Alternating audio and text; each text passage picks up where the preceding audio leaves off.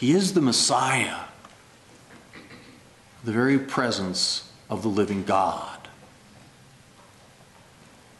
And in this gospel today, the Pharisee who invites Jesus to his home, I think, is one of those people who saw Jesus simply as a prophet.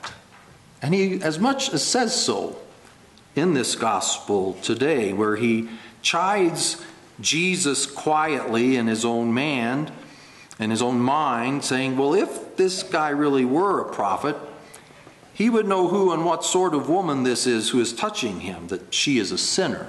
The Pharisee failed to recognize Jesus as the Christ, as the Messiah. And he was basically no better than a paparazzi who just wanted to be in the presence of Jesus as some kind of trophy moment. And we, as those who minister in the church, must be cautious that we don't settle for the same Jesus.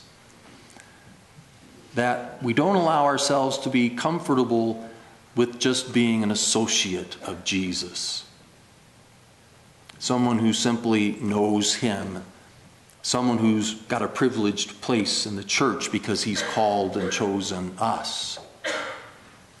That's to treat Jesus as merely a popular person, a popular prophet of the day, and to fail to allow him to go deeper with us and to allow him to be the Christ. And that's the beauty of the model of the sinful woman who stands behind Christ. And she's weeping. And she weeps because she has come to discover Christ as the source of mercy. And having discovered the forgiveness of her sins in Christ, she is filled with great love. And it's the mercy of the Lord that leads to great love. And we are the ministers of that mercy in the church today. In the context of a very complicated culture, very complicated lives and marriages and families, Jesus is indeed more than a prophet. He is the Christ. I've thought a lot last night and this morning about those moments where I came to that deep, deep understanding. The manner in which Christ entered into my life and revealed that incredible love and mercy of God and healed me. And I hope all of us in these days have had the opportunity to reflect upon those moments where that magnetism of Jesus became something that we could not only not ignore, but something that just steeled our hearts for nothing less.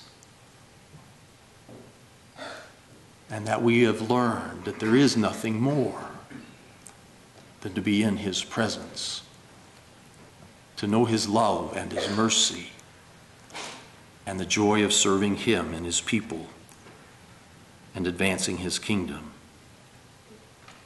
This is the great faith that allowed the sinful woman to recognize Jesus as the Christ.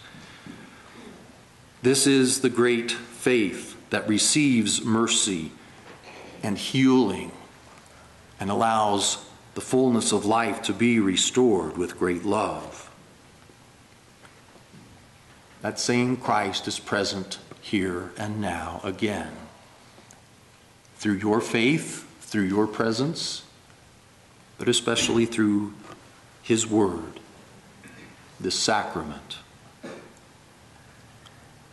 May we have learned a lot in these days, but especially may we have learned that the school of Christ is the school of love. And in the last day, when the general examination takes place, Love will be the whole syllabus.